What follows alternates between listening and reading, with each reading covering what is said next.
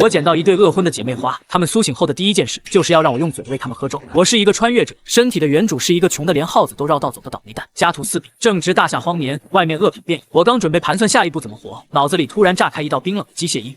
荒年家族崛起系统激活，检测到宿主当前家族人丁单薄，根基为0，核心任务发布：娶妻立户，开枝散叶。任务奖励：精米50斤，腊肉15斤。附加提示：系统已于宿主门外0.3丈处检测到2名极品适龄婚育对象，身份契合，缘分天定。宿主请速速出门，切莫错失。我愣了2秒，娶妻。 系统，你倒会挑时候！我连锅都是空的，但这奖励精米50斤，腊肉15斤，我疼得站起来。门外传来一声极其轻微的闷响，像是重物无声无力地撞在了那扇随时会散架的烂木门上。透过门缝，看到2个衣衫褴褛的女人，脸上沾满了逃难的灰土，但那精致的五官和身段，就像是蒙尘的珍珠，在这满是死人的世道里显得格格不入。 目标锁定，宿主请速行动。我把门拉开，将2人一并抱进屋，放在那堆铺着干草的土炕上。2人身子轻得像纸，浑身冰凉，只有微弱的心跳还在挣扎。不行，气若游丝，这是休克了。我看着眼前这2张苍白俏脸，顾不上什么男女有别，救人要紧。随后为他做起心肺复苏与人工呼吸。就在这时，身下的美人睫毛颤了颤，发出了一声极其微弱的音语。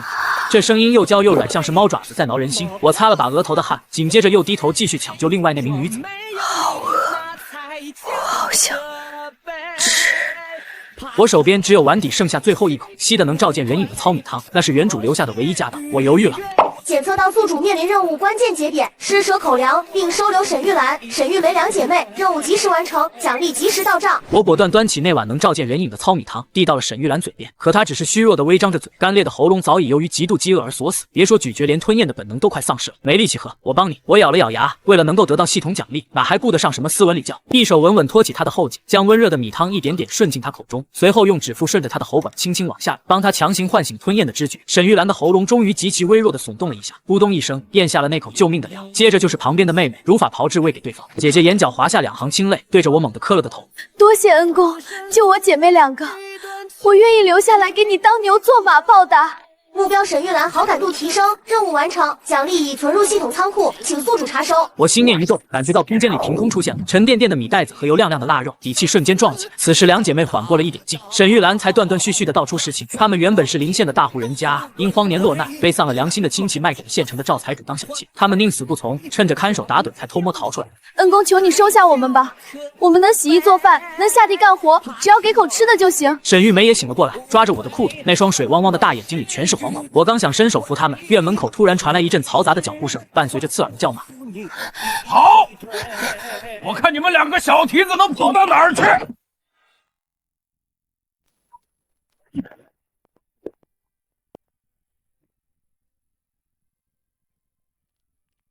哟，原来在这儿躲着呢。穷小子，这2人。 可是老爷我花大价钱买回来的小妾，你要截胡？我挡在他们身前，冷冷地看着赵财主。这里是我家，滚出去！家？就这破烂土房子？他们的卖身契还在我手里，身价70两银子。你要留人也行，拿银子出来。要是没钱，老爷我今天连你一起带走，卖去黑矿坑里做苦力，保准让你这小身板把骨头都熬干。身后的打手逼近一步，棍棒敲在手心，发出威胁的闷响。我心似飞转，我现在确实没钱，但我有系统奖励的粮食，在这荒年，粮食就是硬通货。 70两是吧？现在我拿不出，5天，给我5天时间，到时候我还你80两，连本带利。5天？就凭你个穷光蛋，你拿什么还？拿不出，我的命随你处置，随你带回赵府。他冷哼一声，若是5天后能连本带利收回80两，或者白得个免费的死气劳力，倒也不亏。好，有种，那老爷我就给你5天。 5天后见不到银子，人我要带走，你小子的命，老爷我也收了。走！说罢，他一挥手，带着打手骂骂咧咧的走了。院门重新合上。恩公，那可是80两银子啊！你为了我们姐妹，不值得。我顺势环住他那纤细的腰肢。荒年里他虽然消瘦，但那副身段底子极好，软弱无骨，怀里的热度让我有些口干舌燥。我低声在他耳边说：“放心，我既然敢收下你们，就有办法。沈玉兰羞得埋手在我胸口，沈玉梅也凑了过来，一左一右靠着我，那种被完全信任和依赖的感觉让我心头火热。检测到宿主成功守护家族成员，触发随机奖励神级撒网术，百发百中，入水有鱼。听到提示，我嘴角微微上扬。在这干旱的年头，大河虽然水位下降，但鱼群反而更集中。有了这神技，80两银子不过是顺水捞鱼罢了，5天80两，对这荒年里的普通人来说是催命符，可我却获得了神级撒网术，这一盒的活鱼可就是真金白银。安抚好沈家姐妹后，我翻出原主那张破了几个大洞的旧渔网，冒着晨露来到了村外的落水河边，这是大旱期间唯一保持水量的河流。哟，这不是陆家那个快饿死的小白脸吗？我刚走到溪水边，一个满脸横肉、提着剔骨刀的壮汉便领着2个跟班围了过来。此人是村里的泼皮刘大胡子，仗着有一身蛮力，霸占了这几处小溪，谁敢靠近就打断谁的腿。怎么，快饿死了？想来老子的地盘碰运气？老子告诉你，这溪里的鱼就是老子的命根子。你动一下试试。周围几个饿得皮包骨头的流民躲在远处，眼神里满是绝望和麻木。我没理会他的叫嚣，深吸一口气，脑海中默念激活神级撒网术。瞬间，我感觉双臂涌起一股奇怪的律动力。我猛地拧腰转胯，手中的破渔网在空中划出一道近乎完美的圆弧，精准地照向水系中心。入水收拢，原本轻飘飘的网绳瞬间绷得笔直，极度的沉重。我低喝一声，双脚死死蹬住泥地，全身发力猛地一转，哗啦一声，水花四溅。只见那张破渔网里密密麻麻全是活蹦乱跳的肥鱼、青鱼、草鱼、黑鱼交叠在一起，每一条都有小臂粗细，白花花的鱼鳞在晨曦下晃得人眼晕。刘大胡子惊得眼珠子差点瞪出来，怎么可能？随即那股震惊迅速转为极致的贪婪。这么多鱼，周围的渔民疯狂地吞咽着口水，甚至有人不自觉地往前挪了2步。刘大胡子反应最快，他猛地跨出一步。小子，你有2下子啊！不过这溪是老子的，这网鱼自然也是老子的，识相的滚一边去！否则老子今天在这儿给你放血！在这一子而食的荒年，这就是明抢，这就是规矩。我冷冷地看着他，手已经死死握住了腰间那把豁口的柴刀。换做以前的原主，此刻恐怕已经跪地求饶了。但我陆安是个现代灵魂，想要鱼，拿命来换。我语气平静的让人发冷，找死！刘大胡子横行霸道惯了，当即一刀捅过来。我侧身避过，趁着他用力过猛，猛地飞起，一脚踹在他的手腕上，随即将手中的重网狠狠朝他脸上抡了过去。他惨叫一声，整个人被砸进泥坑里，半天爬不起来。另外2个跟班见状吓得呆住，我反手抽出身后的柴刀指着他们，谁还想试试？那种在生死边缘挣扎出的狠劲，瞬间把这几个怂货镇住。我没有片刻耽搁，深知双拳难敌4手，我一把拽起沉重的渔网拖在地上，在流民和恶霸惊骇的目光中，大步流星地离开了河岸。等到确定身后无人跟随，我钻入一片茂密的芦苇荡，确认四下无人的瞬间，心中默念收。检测到大量渔获，已囤入系统仓库，空间保鲜开启。原本沉重的压弯我几倍的渔网瞬间一轻，上百斤活鱼凭空消失。我抹了一把额头的冷汗，感觉心脏在狂跳。现在有了这技能和系统，想在这乱世赚钱易如反掌。换上沈玉兰亲手缝补过的干净长衫，我理了理乱发，背着一只空空的鱼篓进了县城。城门外饿殍遍野，城门内却是另一番景象。虽说也是荒年，但街道2旁的铺子依然开着，空气中甚至飘着一股淡淡的油烟味，那是富贵人家才有的气息。我直奔全城最奢华的酒楼——醉仙楼。这里是权贵聚集地，也是城里唯一还敢明目张胆挂出供应生鲜牌子的地方。在这种大旱年头，谁能弄到鲜鱼，谁就能扼住这些富户的胃。刚走到醉仙楼后门，一股令人作呕的香脂味和剩菜味便扑面而来。站住！哪来的穷鬼，这也敢乱闯？一个挺着浑圆油肚子、穿着绸缎坎肩的胖子拦住了我，他手里捏着柄象牙扇，嫌弃地挥了挥，仿佛我身上带着瘟疫。这人叫王富贵，醉仙楼的2掌柜，出了名的狗眼看人低。我来找你们东家谈笔大生意。我站定，语气平淡，没有半点卑微。大生意，就凭你这副穷酸样，咱们醉仙楼的一道主菜就要10两银子，你下辈子都吃不起！滚滚滚，别在这碍眼，影响了贵客的胃口。说着，他身后的2个伙计便挽起袖子，骂骂咧咧地朝我逼了过来。我是来送活鱼的，这种天县城除了我，没人能拿出2斤以上的活鱼。王掌柜确定要赶我走？王富贵脸上的笑容僵了一下。最近大旱，河水干涸，酒楼的生鲜货源全断了，东家正为这事发脾气。活鱼？这种鬼天气，刘大胡子那帮水鬼都捞不到大货，你个穷鬼能有活鱼？我看你是想混进来偷东西吧？既然王掌柜不识货，那就算了。隔壁的万福居想必很乐意接下这批货。等等！王富贵急了，他虽然不信，但万一是真的，让对头酒楼抢了先，他这2掌柜也别想干。让老子瞧瞧，要是敢拿死鱼烂虾糊弄，今天非卸你一条腿不可！他的手还没碰到鱼篓，我肩膀微微一晃，直接让他扑了个空。想看货，让你们大老板出来谈。我转头，目光直刺他的眼睛。王富贵被我的眼神震了一下，随即恼羞成怒，给脸不要脸，给我搜！搜不出来，直接送官办了。2个伙计当即扑了上来，都给老娘住手！一道慵懒入骨、透着娇媚与泼辣的声音突然从2楼木窗飘下来。几乎就在这声音响起的瞬间，我脑海里猛地炸开一道机械音。检测到极品气运女出现，触发隐藏任务，震惊醉仙楼老板娘云娘。任务奖励大力丸1颗。我眼睛一亮，抬眼望去，只见一名绝色尤物倚在2楼红木栏杆上，她一袭极贴身的绛红罗裙，领口微敞，沟壑深邃，水蛇腰丰腴挺翘，手里捻着一根细长的翡翠烟杆，吐出一口薄雾，那双桃花眼透着古刀锋般的精明。王富贵一见这女人，瞬间像条哈巴狗般弯下腰。云掌柜，这穷鬼满嘴跑马，说自己有活鱼，我正想打发了他。闭嘴！你那双绿豆眼能看出个什么？她扭着腰肢款款走下楼梯，一股熟女的体香扑面而来。她走到我跟前，桃花眼肆无忌惮地在我身上打量。小哥生的俊俏，你说你有活鱼，若是敢拿死泥鳅来糊弄老娘，老娘照样把你剁了包包子哦！面对这等气场的尤物，我上前一步，逼近她的红唇，嘴角微扬。我不光有活鱼，我还有个法子，能让你这醉仙楼日进斗金。云娘抽烟的动作猛地一顿，眼底闪过一丝异彩。当真，好大的口气！她吐出一口薄雾，娇媚一笑，眼神却冷得像冰。行，我就给你个机会，若是吹牛，奴家可不轻易饶你。我没废话，反手探入背后那只看似空荡荡的竹篓，心中默念提取。在抽手时，一条足有5、6斤重、活蹦乱跳的大黑鱼被我单手拎在半空，鱼尾剧烈拍打，甩出的水珠直接溅了王富贵一脸。活的，还真是大活鱼！王富贵抹了把脸上的水，眼珠子都快瞪掉出来。云娘也是神色微变，她盯着那条生猛的黑鱼，又看了看我那根本藏不住这大鱼的破竹篓，眼中闪过一丝震惊，但很快收敛。她转过身，扭着水蛇腰，带路去后厨。醉仙楼后厨很大，但因为大汉缺火，几个伙计正闲得打瞌睡。张大厨看着我手里的鱼，又扫了我一身粗布长衫，满脸鄙夷。东家，您让这流民动我的案板，这简直是砸咱们醉仙楼的招牌！我没搭理他，径直走到案板前，顺手抄起一把生铁菜刀。前世穿越前，我可是从某方毕业的，18般武艺样样精通，上可开挖机，下可拿铁锅。系统空间保鲜出的鱼肉质早已被洗刷到了极致，没有半点土腥味。我要做的是一道现代极简却极度考验食材的菜——水晶鱼片。我深吸一口气，手腕翻转，刀锋贴着鱼脊骨直切而下，去鳞、剔骨、拔刺，动作行云流水，快得让人眼花缭乱。张大厨原本不屑的表情瞬间凝固了，嘴巴微张。我手起刀落，将鱼肉片成几乎透明的薄片，层层叠叠铺在白瓷盘上，犹如一朵盛开的雪莲。接着我抓起后厨仅有的粗盐、老醋和几滴香油，凭现代比例快速调了一碗蘸料。尝尝。我放下刀，把盘子推到云娘面前。张大厨咽了口唾沫，顾不上规矩，抢先夹起一片蘸了料塞进嘴里，只咀嚼了2下，他猛地倒抽一口凉气，扑通一声，竟双膝一软，跪在了案板前。神了！这鱼片入口即化，半点土腥味没有，鲜的能把舌头吞下去。我张某人颠勺20年，简直活到狗身上去了。张大厨，你收这小子好处了吧？装什么邪乎？云娘没理会他们，她伸出2根葱白的手指，捏起木箸，优雅地夹起一片鱼肉，送入诱人的红唇。闭上眼的瞬间，她那丰腴的身子竟微微轻颤了一下，白皙的脸颊迅速飞上一抹桃花般的红晕。等她再睁开眼时，那双眼睛看我的眼神彻底变了，从先前的审视、戏谑变成了毫不掩饰的火热。王富贵，去账房支100两雪花银来。云娘扔下筷子，声音斩钉截铁：“东家，100，就这一条鱼。”王富贵如遭雷击：“怎么，老娘的话不好使了？滚去拿！”云娘凤眼一横，吓得王富贵连滚带爬地跑了出去。就在这时，系统清脆的提示音在我脑海中炸响。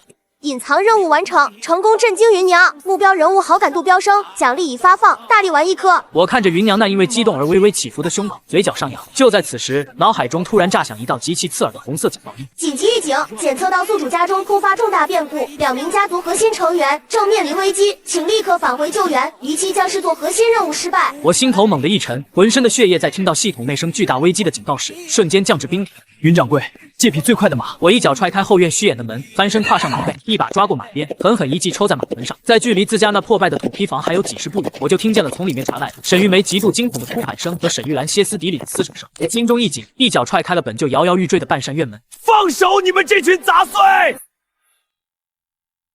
院子里的景象瞬间让我目眦欲裂，3个满脸横肉的流氓正死死扯着这沈玉梅的衣服，而在泥地上，一个穿着绸衫、留着8字胡的猥琐中年男人正扯着沈玉兰的头发将她往外拖。这男人正是把双胞胎姐妹花卖进魔窟的恶毒亲叔叔沈大强。小贱蹄子，赵老爷花了大价钱买你们，你们还敢逃，害得老子被赵家找上门要债。今天老子就把你们绑回去交差。沈大强一边骂，一边贪婪地掰开沈玉兰死死攥紧的手指，从她掌心里硬生生抠出一枚橙色老旧的半月形玉佩。那是我爹留下的唯一遗物，你还给我。沈玉兰发髻散乱，双眼红得滴血，张嘴就朝沈大强的手腕咬去，却被他反手狠狠一巴掌扇在脸上，白皙的脸颊瞬间浮现出鲜红的指印。呸！你爹的遗物到了老子手里就是老子的，就当是这几天你们给老子惹麻烦的利息了。沈大强得意洋洋地把玉佩往怀里揣，找死！一声宛如惊雷般的暴喝从我喉咙里炸开，看到沈玉兰脸上那个触目惊心的巴掌印，一股狂暴的戾气彻底冲破了理智的牢笼。这是老子拼了命救下的人，也是你们这些恶臭杂碎能碰的。沈大强还没反应过来，我已经化作一道黑影贴到了他面前。我借着冲刺的恐怖力道，粗壮的手臂抡圆了，一记势大力沉的摆拳带着撕裂空气的风声，直接轰在他的面门上，伴随着令人牙酸的骨裂声，沈大强凄厉的惨叫声还卡在喉咙里，几颗带着血丝的后槽牙已经直接飞了出去。他整个人犹如一滩烂泥般被生生砸飞出2-3米远，重重撞在土墙上，滚落在泥坑里。那3个抓着沈玉梅的流氓被这突如其来的变故吓得浑身一哆嗦，随后纷纷拔出腰间别着的短棍。我根本没给他们放狠话的机会，反手一记柴刀刀背，极其狠辣且精准的抽在最前面那人的膝盖窝上。那人惨叫着跪倒在地，我顺势一记膝撞，极其残暴的顶在他下巴上，瞬间让他两眼一翻，吐出一口血水，昏死过去。剩下2人见状不妙，吓得转身想跑，被我跨步追上，一人一脚重重踹在后心窝，2人当场呕出一口酸水，趴在地上痛苦翻滚，连爬都爬不起来。我没再管那几个废物，径直走到还在地上抽搐的沈大强面前，他捂着满是鲜血的脸，惊恐万分地看着我。刚张开嘴想求饶，我直接抬起踩着硬底草鞋的脚，极其残忍，毫无怜悯地踩在他刚才拿着玉佩的右手上，脚腕猛然发力，死死碾压。大爷饶命啊！沈大强的凄厉惨叫声犹如杀猪般响彻整个院子。我弯下腰，从他怀里极其轻蔑地将那块玉佩抽了出来，然后在他的破衣服上慢条斯理地擦干净血迹。回去告诉赵财主，人是我陆安留下的。我居高临下地俯视着他，宛如一尊凝视蝼蚁的死神。再敢派你们这种垃圾来碰我的女人，下次断的就不是手，是脖子。带着这些废物，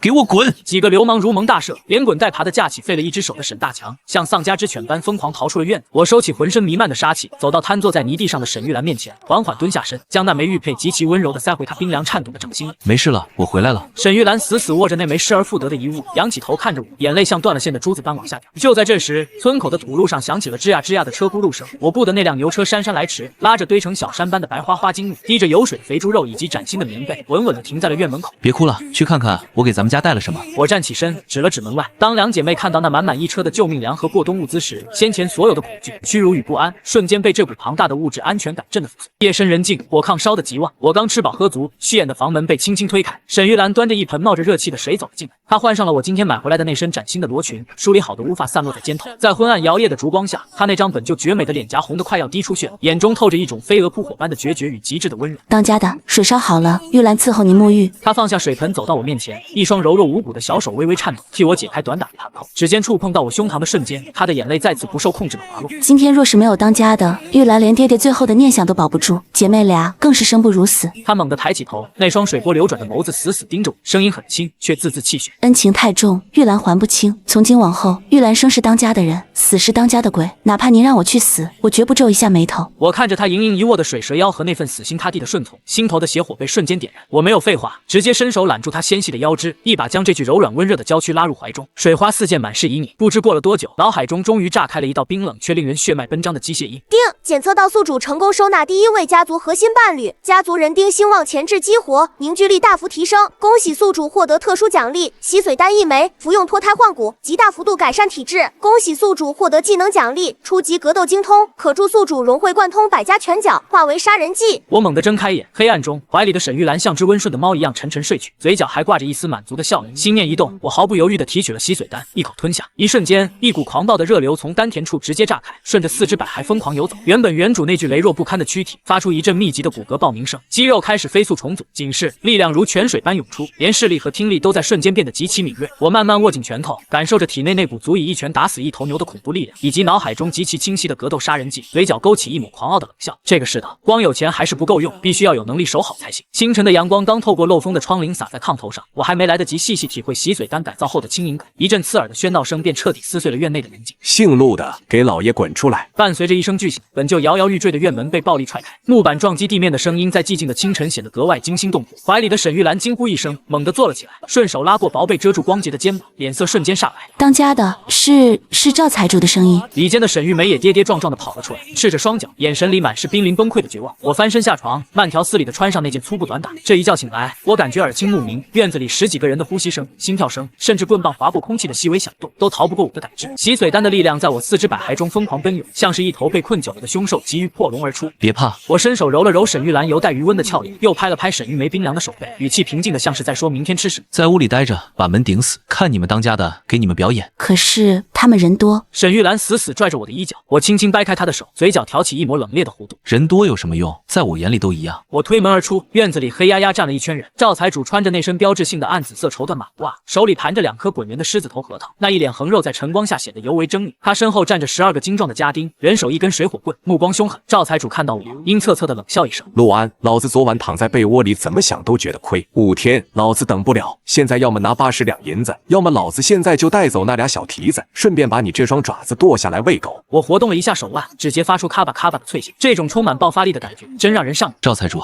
说好的5天，你这人怎么一点诚信都没有？我踏前一步，神色淡然。诚信，在这方圆百里，老子的拳头就是诚信。赵财主吐了一口浓痰，猛地挥手：“上，把这小子给我废了，有口气别弄死就行。”3名家丁对视一眼，当先冲了上来。最前面的一人抡起水火棍，挂着呼啸的风声直冲我脑袋砸来。若是以前这一棍子就能送我去投胎，但现在在融合了格斗精通的我眼中，他的动作慢得像是在泥浆里爬。我侧身微移，棍梢擦着我的鼻尖掠过，在对方招式用老的瞬间，我猛然跨步拧腰，一记简单的勾拳指导他的小，没有任何花哨，我只感觉拳头顶到了柔软的皮肉，随即是骨骼错位的闷响。那名身高1.8米的壮汉，像个断了线的风筝，直接到飞出5-6米，重重撞在土墙上，连惨叫都没发出一声就昏死过去。另外2人愣了一下，随即凶相毕露，2根棍子一左一右横扫而来。我身形一矮，脚下踩出一个完美的弧形，像是一抹残影，直接切入了2人的中路。我双手化掌为止，精准的戳在2人的咽喉处，2人扔下棍子，捂着脖子瘫倒在地上，脸色憋得紫青。特么的，见鬼了！赵财主盘核桃的手僵住，声音都变了调：“你们几个一块上，一起弄死他！”剩下9个家丁被吓住，但在赵财主的怒吼下，还是咬牙一拥而上。我冷哼一声，不退反进。洗髓丹强化的速度让我如同幻影，格斗精通赋予了我身体本能的预判。我左手架住砸来的木棍，顺势一拽一拧，那实心的水火棍竟在我手里生生折断。我反手握住断裂的木桩，直接敲在对方的膝盖上，惨叫声在院子里此起彼伏。我没有任何多余的废话，拳拳到肉，腿腿见骨。一个家丁试图从背后锁我的脖子，我头也不回的往后一记肘击，正中他的心窝，他当场喷出一口黄水，委顿在地。不到3分钟，原本气势汹汹的12个家丁全部倒在泥地里痛苦哀嚎，断手的、断腿的、捂着肚子呕吐的，满地狼藉。我踏过这些垃圾，一步步走向赵财主。赵财主手里那2颗狮子头核桃吧嗒一声掉在地上，他脸色白得像死人，浑身颤抖着往后退，直到后背撞在了还没散架的院门上。你别过来，钱我不要了还不行吗？他话音未落，我身形暴起，瞬间闪现到他面前。格斗精通带来的压制感，让他连还手的念头都生不出来。我单手探出，像拎小鸡一样直接卡住他肥腻的脖颈，将他整个人从地面上缓缓提了起来。赵财主180多斤的身体在空中剧烈挣扎，双脚乱蹬，一张脸憋成了猪肝色，双手死死抠着我的手臂，却像是在抠一根生铁铸就的柱子，纹丝不动。我手指猛地发力，赵财主那张肥脸瞬间由紫转黑，双眼翻白，仿佛下一秒脖颈就会像干柴一样折断。就在他即将彻底断气的瞬间，我像扔死狗一样，随手将他摔在泥坑里。赵财主趴在地上疯狂蜷缩，大口贪婪地呼吸着空气。由于过度恐惧，他的身体不由自主地抽搐着，裤裆处早已湿了一大片，散发出阵阵恶臭。我居高临下地看着他，眼神中不带一丝温度。把卖身契留下，下次再敢来欺负我的女人，就让你下半辈子再也硬气不起来。给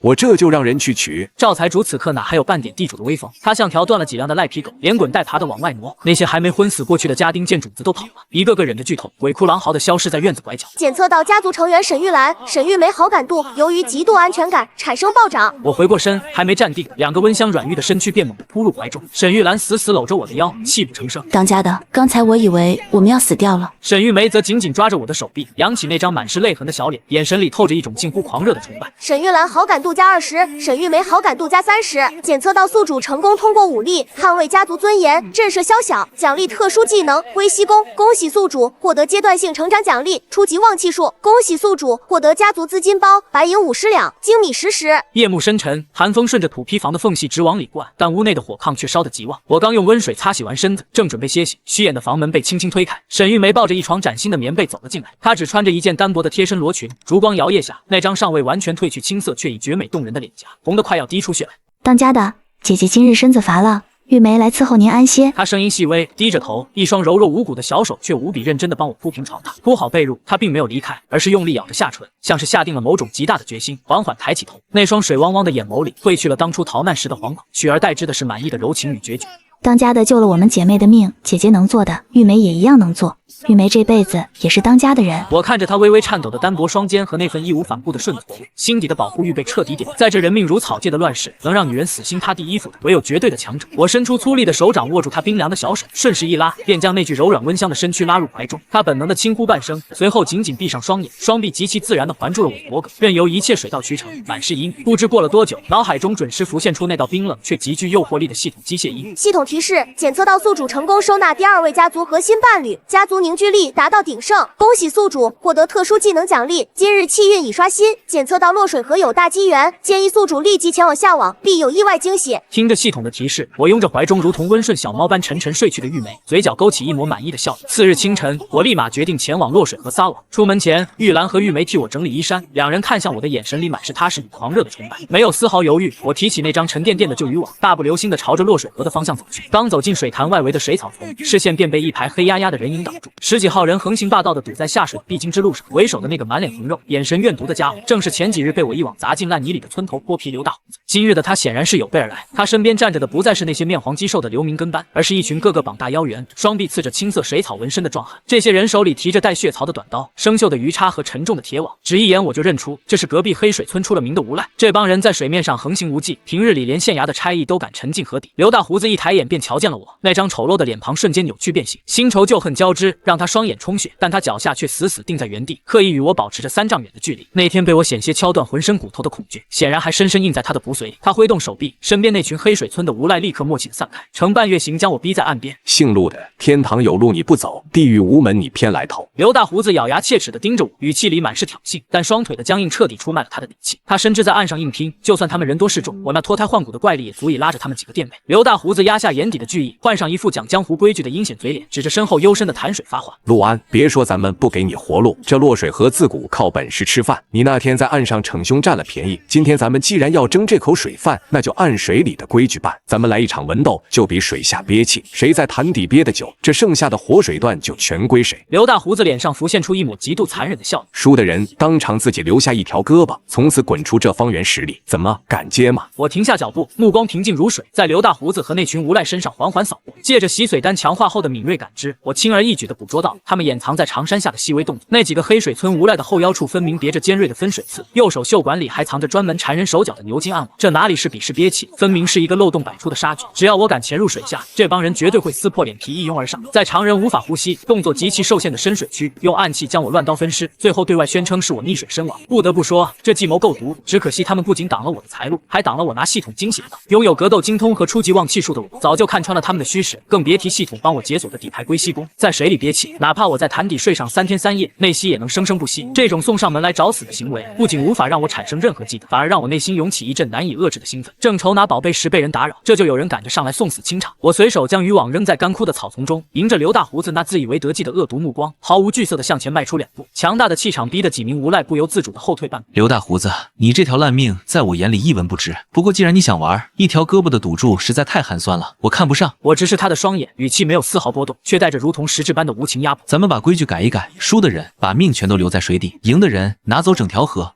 谁要是不敢下水，现在就给我跪下磕3个响头，然后滚蛋！刘大胡子和他身后的无赖集体错愕，他们显然没料到我不仅没有中计退缩，反而张狂到了极点，直接把赌注拉高到了不死不休的境地。刘大胡子怒极反笑，满脸凶相的跨步上前，直接应下了这场生死赌局。在他们这帮常年混迹水底的亡命徒看来，只要脚不沾地，他们就是水里的活阎罗。我一个穷村小子，就算学了点拳脚，到了深水区也只是一块任由他们切割的鱼肉。我连看都懒得多看他们一眼，解开外衣扔在一旁，露出洗髓丹改造后仅是精悍的肌肉线条，直接迈步走向幽寒的深潭。冰凉的河水很快没过膝盖、腰际，就在水面没过下巴的瞬间，系统面板上的龟息功自动满负荷运转，我的呼吸瞬间转为绵长隐秘的内息，周身毛孔仿佛全部张开，自然而然地从水中汲取所需的一切氧气，没有任何憋闷与阻力，身体轻盈的仿佛与水流融为一体。河面剧烈翻腾，刘大胡子带着4名最精锐的黑水村无赖紧随其后，犹如几头饿狼同时扎入深水区。水底光线昏暗，冰冷刺骨，入水不过片刻，那几个无赖连装都懒得装了，他们根本没有任何悬停闭气的打算。4个人如同离弦的暗箭，在水中抽出闪烁着幽冷寒光的分水刺，极其熟练地从上下左右4个方向朝我猛扑过来。而刘大胡子则在我的正上方迅速抖开那张带有倒刺的牛筋暗网，企图彻底封死我上腹唤起求生的退路。这是一个完美的水下绝杀阵型。然而悬浮在深潭中央的我，心中没有一丝慌乱，视线越过他们，隐约察觉到潭底极深处似乎闪烁着系统提示的那抹异样光泽。看着这帮人因为水压和兴奋而微微扭曲的脸旁，我嘴角的冷笑在水中缓缓绽放。在岸上我是碾压他们的存在，到了水里拥有龟息功的我更是不可战胜的神明。今天落水河底就是这帮恶徒唯一的归宿，而那份大机缘我收定了。水底暗战，恶有恶报，我和刘大胡子用命来打赌，比赛水下功夫。冰冷的潭水瞬间吞没了岸上的一切喧嚣，周围只剩下水流划过耳畔的细微波动感。我闭着眼，任由身体在这片昏暗中缓缓下沉。系统赋予的龟息功在入水的那一刻便自动运转到了极致，我的心跳渐渐放缓，每一次跳动都沉稳有力，周身的毛孔仿佛化作了无数个微小的呼吸器官，在水底如同一块冷硬的顽石，感受不到半点缺氧的滞涩与痛苦。时间在一分一秒的流逝，很快3分钟过去了。对于常人而言，剧烈运动下的3分钟闭气已经是极其危险的极限。我悬停在深水区，能清晰地感觉到周围水流的搅动变得异常急躁。刘大胡子憋不住了，他肺里的氧气显然已经耗尽，脸庞因为极度的憋闷而涨成了紫红色，但他压根没打算上浮换气，相反，他眼中闪过一丝残忍的决绝，猛地拔出绑在大腿根处的锋利匕首，同时朝着水草深处打了个手势。原本就跟着他潜下来的2个黑水村童，不知何时嘴里咬着一截中空的细长芦苇干，借着这点微薄的换气优势，犹如2道黑色的幽灵，一左一右从水底潜伏而出。他们与刘大胡子成一个致命的品字形，将我死死围在中央。在他们的认知里，我此刻就算再能打，也该被溺水的窒息感折磨得神志不清，手脚发软了。这招水下暗算，他们在这落水河底不知用过多少次，屡试不爽。可惜这次被算计的不是我。就在刘大胡子举起匕首，准备朝我心窝狠狠扎下的瞬间，我猛然睁开了双眼，没有惊恐，没有挣扎，更没有垂死的无力。透过昏黄的潭水，刘大胡子死死对上了我的视线，那是一双清明细雪，如同看待死物般的眼睛。我甚至在水底向他极其挑衅的扬起嘴角，缓缓举起右手，冲他比了一个极其标准的现代中指。刘大胡子瞳孔猛地一缩，满脸的不可置信，水流灌进他微张的嘴里，吐出一长串惊恐的气泡。他怎么也想不明白，一个在水下憋了3分多钟的人，为什么还能保持如此从容的姿态？但他已经没有时间思考，箭在弦上，刘大胡子咬着牙，联合另外2名同伙，握着兵器朝我狠狠刺来。然而，水中的暗沙和岸上截然不同。水流巨大的阻力极大削弱了他们的速度和爆发力，在常人看来或许避无可避的搏击，在我这双经过洗髓丹强化的眼睛，慢的就像是孩童在挥舞木棍。更致命的是，我拥有龟息功，内息源源不断，而他们每一次挥臂都在剧烈消耗着肺里那点可怜的残氧。我在心底冷笑一声，身体在水中如同滑溜的鱿鱼，没有丝毫停顿，以一种极其诡异的角度擦着刘大胡子的匕首，锋芒划了过去。错身的瞬间，我一把揪住了左侧那个无赖的头发，怪力爆发，狠狠往下一灌。那无赖连反抗的余地都没有，颈椎发出危险的错位感。我顺势伸手，毫不留情的一把扯断了他咬在嘴里借以续命的芦苇杆。救命的稻草一断，那无赖瞬间破功，大量的河水汹涌的灌入他的鼻腔和喉管。他痛苦的丢掉手里的武器，双手死死掐住自己的脖子，在水底疯狂的翻滚挣扎，转眼就失去了战斗力。另一名同伙见状，吓得肝胆俱裂，哪还顾得上杀人，调转方向拼命蹬腿，想要浮上水面换气。我冷冷扫了他一眼，懒得去追这种失去斗志的废物，而是将目光锁定了已经彻底慌了神的刘大胡子。此时的刘大胡子已经到了强弩之末，肺部炸裂般的疼痛让他再也握不住手里的匕首。他终于意识到，在这个深水潭里，我才是那个真正的水底阎罗。恐惧彻底击溃了他的心理防线，他双腿狂蹬，不顾一切的想要往水面上逃窜。既然下来了，就把命留下吧。我双腿猛地一蹬水底的礁石，整个人如同离弦的鱼雷，转瞬之间便栖身到了刘大胡子的身后。我粗壮的手臂宛如铁箍一般，从后方死死勒住了他的脖颈。刘大胡子剧烈的挣扎起来，手肘疯狂的向后反击我的胸口，但在我非人的怪力面前，他的挣扎就像是浮游汗水。我拖着他那沉重的身躯，径直游向潭底最深处的一片错综复杂的水下枯木里，找准一根粗壮的树根缝隙，我抬脚猛地一踹，将刘大胡子的右脚踝死死卡进了那道死胡同般的树根夹角里。水底的绝望在这一刻达到了顶峰，刘大胡子被死死锁在水底，上天无路，入地无门，极度的缺氧让他彻底丧失了理智。他双手疯狂地扒拉着潭底的淤泥，指甲甚至因为用力过猛而翻折脱落，涌出的鲜血在水中散开一丝淡淡的腥味。每一次张嘴呼救，换来的只有大量冰冷浑浊的泥沙和潭水倒灌进肺部。他那双因为痛苦而暴突的眼球，死死盯着站在1丈开外的我，就这么悬停在水底，双手抱胸，呼吸绵长，犹如闲庭信步般冷冷地注视着他，看着他从疯狂挣扎到身体不由自主的抽搐，再到生机一点点被幽暗的潭水彻底剥夺。在这吃人的乱世，对敌人的仁慈就是对自己的残忍。他既然想要我的命，就该做好喂鱼的觉悟。不到半炷香的功夫，刘大胡子终于停止了挣扎，像一团破布袋般随着水流微微摇晃，彻底溺毙。我双腿发力，迅速向上游去，在即将冲破水面的那一刻，我刻意散去了龟息功的伪装，憋足了一口气，水花四溅，我猛地探出水面，大口大口地喘着粗气，装出一副体力透支，几乎快要溺毙的模样，拖着沉重的步伐，一步步趟着泥水走上岸滩。岸上原本正在焦急张望的几个小混混，以及那名侥幸逃生瘫在地上干呕的黑水村无赖，听到动静齐刷刷地转过头。当他们看清只有我一个人活着上来，所有人的呼吸都凝滞了。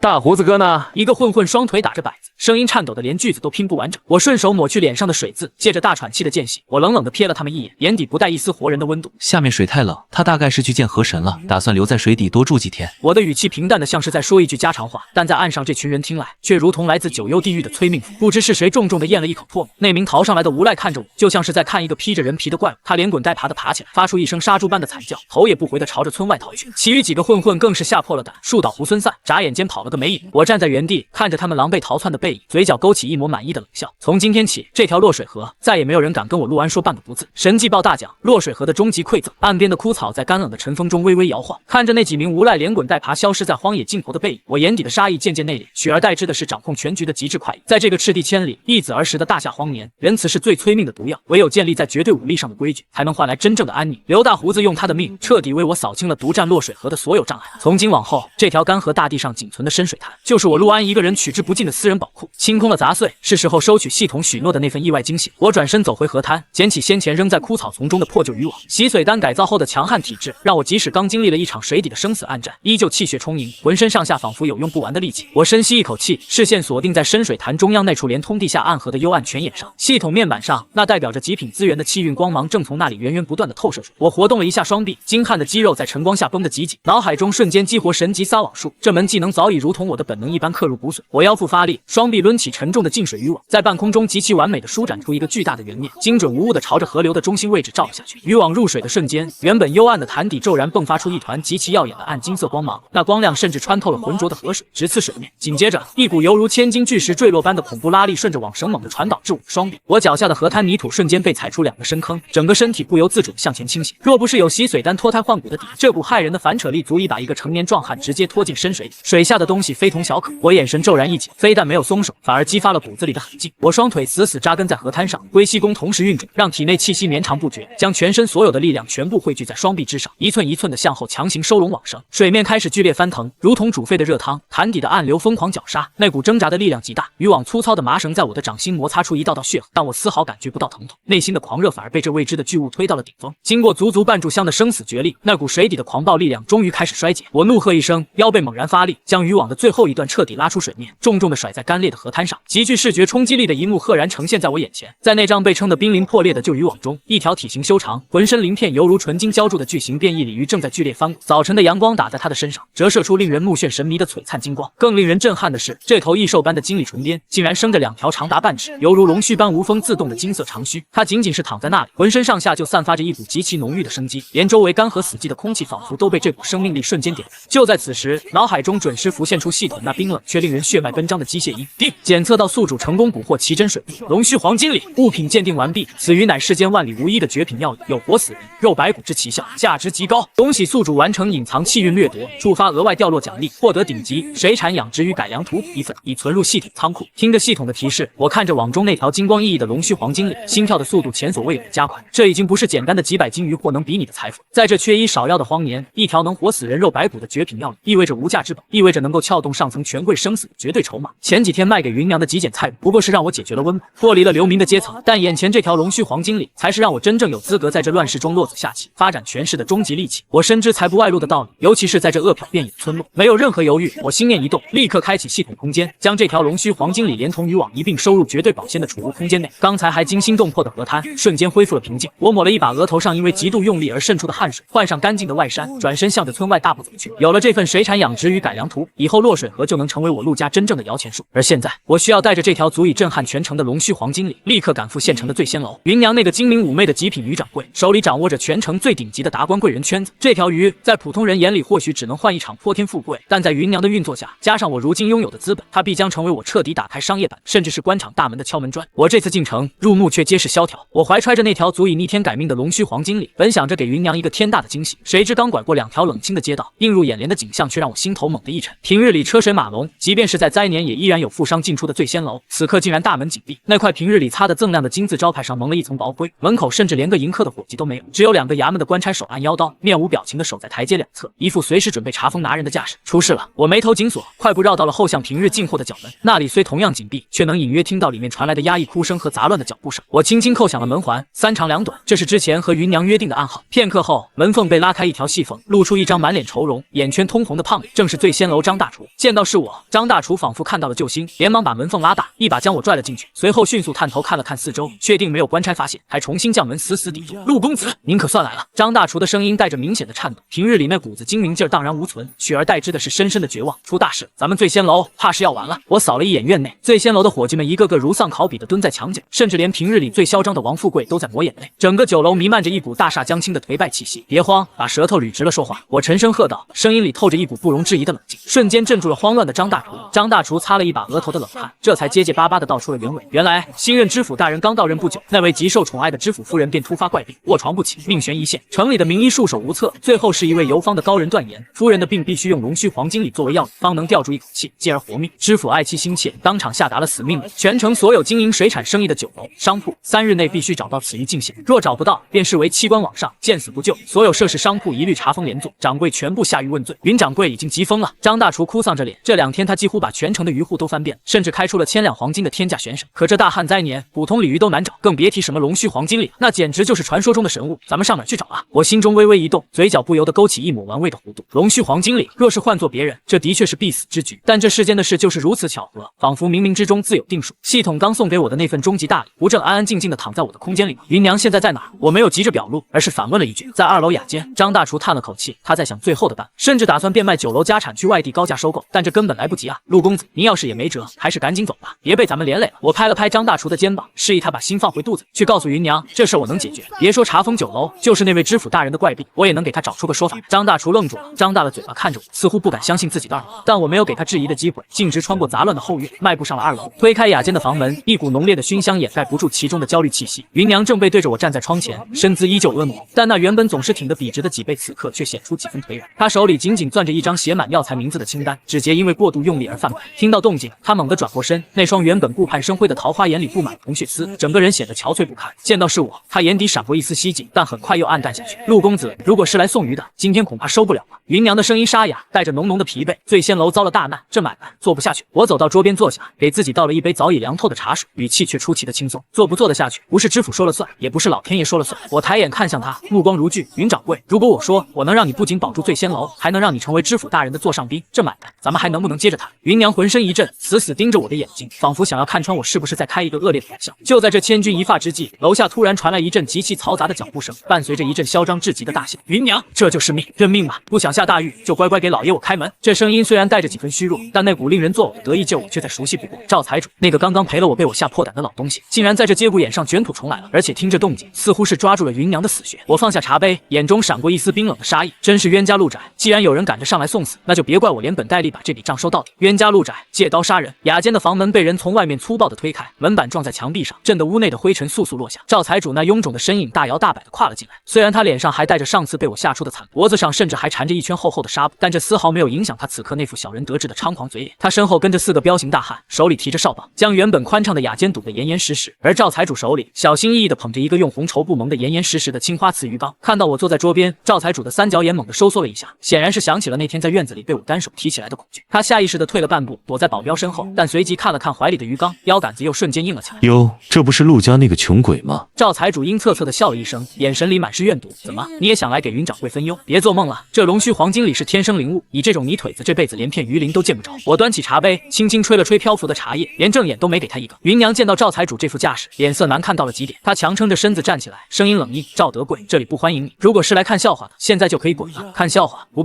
我是来救你的命，顺便给你个飞上枝头的机会。赵财主得意洋洋地走到桌前，将那只蒙着红绸的鱼缸重重放下。他贪婪的目光肆无忌惮地在云娘丰腴的身段上游走，那股令人作呕的占有欲毫不掩饰。云娘，知府大人的县令只剩下1天了，要是交不出鱼，你这醉仙楼不仅要封，你还得下大狱吃牢饭。那牢里的滋味，可不是你这种细皮嫩肉的女人受得了。赵财主说着，猛地伸手揭开了鱼缸上的红绸，刹那间，一股耀眼的金光从鱼缸中透出。只见清水之中，一条通体金黄的鲤鱼正在缓缓流动，那鳞片在阳光下熠熠生辉，嘴边还真的挂着2根长长的须子，乍一看确实神异非凡。看见了吗？这就是龙须黄金鲤。赵财主指着鱼缸，唾沫横飞，这是老爷我花了大价子从外地行商手里劫下来，全县城独此一份。云娘原本死灰般的眼神瞬间亮了一下，她不可置信地盯着那条鱼，呼吸都变得急促起来。这可是救命的稻草，是醉仙楼唯一的生命。你想怎么样？云娘颤抖着声音问道。简单。赵财主嘿嘿一笑，露出一口大黄牙，把醉仙楼的地契过户给我。另外，你这就签了那些文书，今晚就跟我回府，只要你成了我的第27房姨太太，这鱼就是你的嫁妆，我替你送去知府衙门交差，怎么样？这笔买卖划算吧？云娘的身子晃了晃，脸色瞬间煞白，把心血拱手让人，还要委身给这个恶心的老东西，这比杀了他还难受。可如果不答应，就是家破人亡的下场。他咬着嘴唇，眼泪在眼眶里打转，目光中充满了绝望的挣扎。我坐在旁边，冷眼看着赵财主拙劣的表演。在红绸揭开的那一刻，我就已经悄无声息地开启了初级旺气术。在常人眼里，那是金光闪闪的神物，但在我的视线中，那条所谓的黄金鲤，分明就是一条普通的草鲤。那身金灿灿的鳞片是用不知名的金粉强行涂抹上去的，而那2根龙须更是用什么东西粘上去的脚。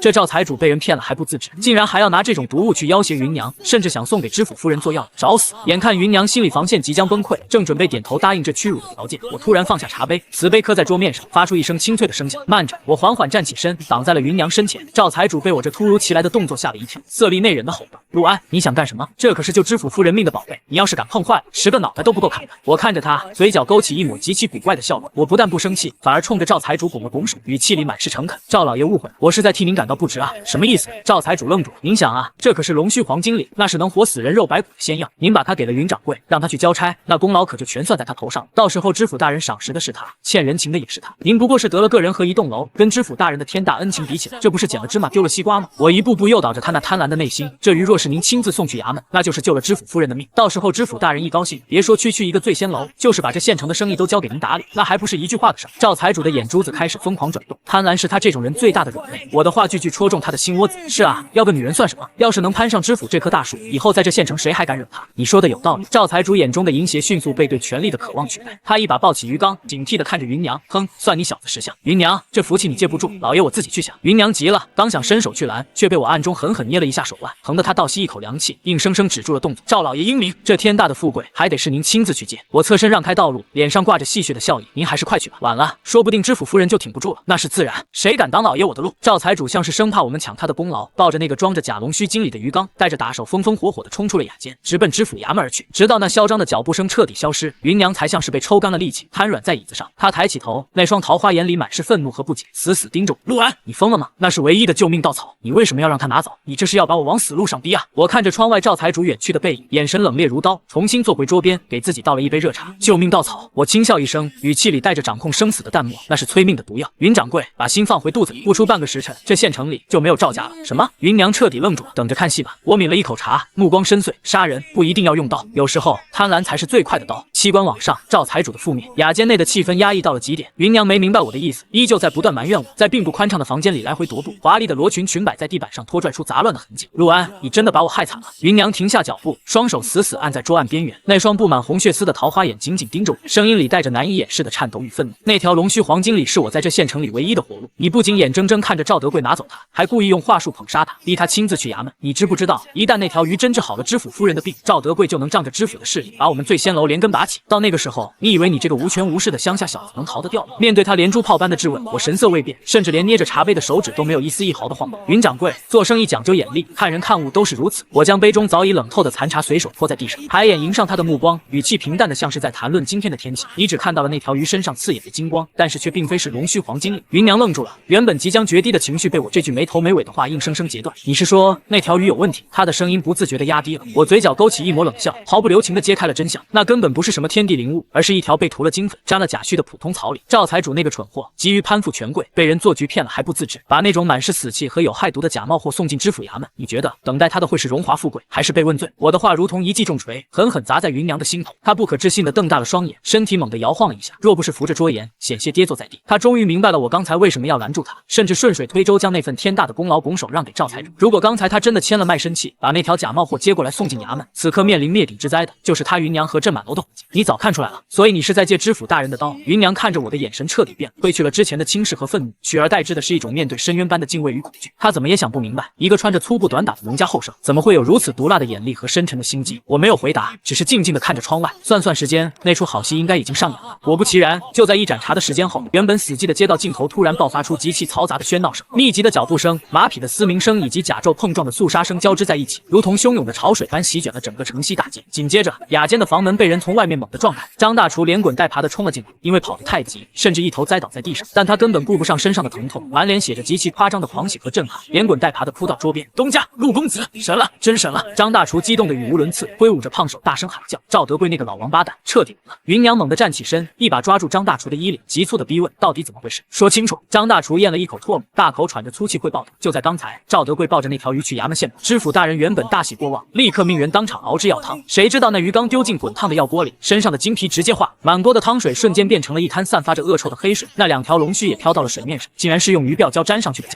芸娘听到这里，倒吸了一口凉气，后背瞬间被冷汗浸湿。张大厨兴奋地继续挥舞着手臂，大夫验了那锅黑水，说这假冒货不但没效果，而且还有。知府大人当场雷霆大怒，掀了桌子，说赵德贵欺官罔上，图谋不轨，意图毒害诰命夫人。当庭就让衙役把赵德贵按在地上，狠狠打了50杀威大板，打得皮开肉绽，连惨叫都发不出来了。这还不算完，张大厨眼神中透着一股大仇得报的痛快。知府大人直接把赵德贵下了死牢，秋后问斩，立刻派了3班衙役去赵家村查抄赵府所有的家产良田，赵家彻底连根拔起了。雅间内陷入了死一般的寂静。芸娘松开了张大厨的衣领，整个人仿佛虚脱了一般，重重的跌坐在太师椅上。他大口大口的呼吸着，胸口剧烈起伏。直到这一刻，他才真真切切的感受到自己刚刚与鬼门关擦肩而过，不仅保住了性命，甚至连醉仙楼最大的竞争对手兼威胁，也在短短半个时辰内灰飞烟灭。而这一切的操盘手，正是坐在他对面，自始至终连屁股都没挪动过一下的年轻男人。芸娘再次看向我的眼神里，已经没有任何杂念，只剩下毫无保留的臣服与狂热。在这个弱肉强食的荒年，跟着这样的男人，哪怕前面是刀山火海，也绝对能趟出一条生路。陆公子，芸娘的声音变得极其轻柔，甚至带上了一丝前所未有的敬意与讨好。我站起身，理了理长衫的下摆，借刀杀人，除掉赵财主。这份意外收获让我十分受用，但这还不够，远远不够。知府的怒火虽然烧死了赵财主，但限期交出龙须黄金里的死命令并没有撤销。知府夫人的病若是治不好，这满城的商户依旧要在恐惧中站立。我看着满脸谄媚的芸娘，知道火候已经彻底到了，这女人已经被我展现出的手段彻底折服。接下来是时候亮出我真正的底牌，彻底将这全城最大的酒楼以及背后的权贵资源牢牢握在手心。我反手探入身后的背篓，在芸娘和张大厨疑惑的目光中，将心神沉入系统空间。赵财主送的是冒牌货，我语气平静，带着不容置疑的霸气；而我陆安送的是真正的龙须黄金礼。我的话犹如平地惊雷，在死寂的雅间内轰然炸响。芸娘立马抬起头，一双眼睛死死盯住我，眼神中充满了极度的震惊与难以置信。我没有理会他们的错愕，反手探入脚边那个看似破旧的竹篓，借着竹篓的掩护，我果断沟通脑海中的系统空间，将那条从落水和深渊顶王起来的稀世珍宝取了出来。当那条体型修长、浑身鳞片犹如纯金浇铸的巨型鲤鱼被我稳稳端出，放入桌案中央那只盛着清水的宽口青瓷盆中时，整个略显昏暗的雅间瞬间被一股柔和却极具穿透力的暗金光泽彻底照亮，没有任何刺鼻的腥臭味，空气中瞬间弥漫开一股让人闻之便觉得神清气爽的浓郁生机。盆中那灵物没有丝毫濒死的虚弱，它唇边那2根长达半尺的纯金龙须随着水波自然漂浮，每一枚金色的鳞片都在彰显着万里无一的强悍生命力。王富贵双腿一软，膝盖重重地磕在地板上，他整个人像是被抽干了力气，眼珠子几乎要瞪出眼眶，张大嘴巴却发不出半个音节，只能像个泥塑般死死盯着水盆里的生物。芸娘更是如遭雷击，她整个人僵在原地，双手死死捂住红唇，胸口因为极度的震撼而剧烈起伏。她盯着那条珍品，再联想起半个时辰前赵财主抱走的那条涂着毒粉的死鱼，心中掀起了惊涛骇浪。她终于明白，眼前这个穿着粗布短打的男人，不仅心智如渊，武力骇人，手里更是握着足以颠覆整座县城权贵格局的逆天筹码。这是真的。芸娘的声音颤抖的不成样子，带着一种对神迹般事物的极度敬畏。如假包换，我靠在太师椅背上，目光平静地扫过2人，语气中透着绝对的掌控力，用来治知府夫人的怪病，够不够保你醉仙楼的太平？芸娘猛地回过神来，她那双桃花眼中爆发出前所未有的狂热与极致的惊喜。在这生死存亡的关头，她展现出了一个顶级女商贾的诡谲。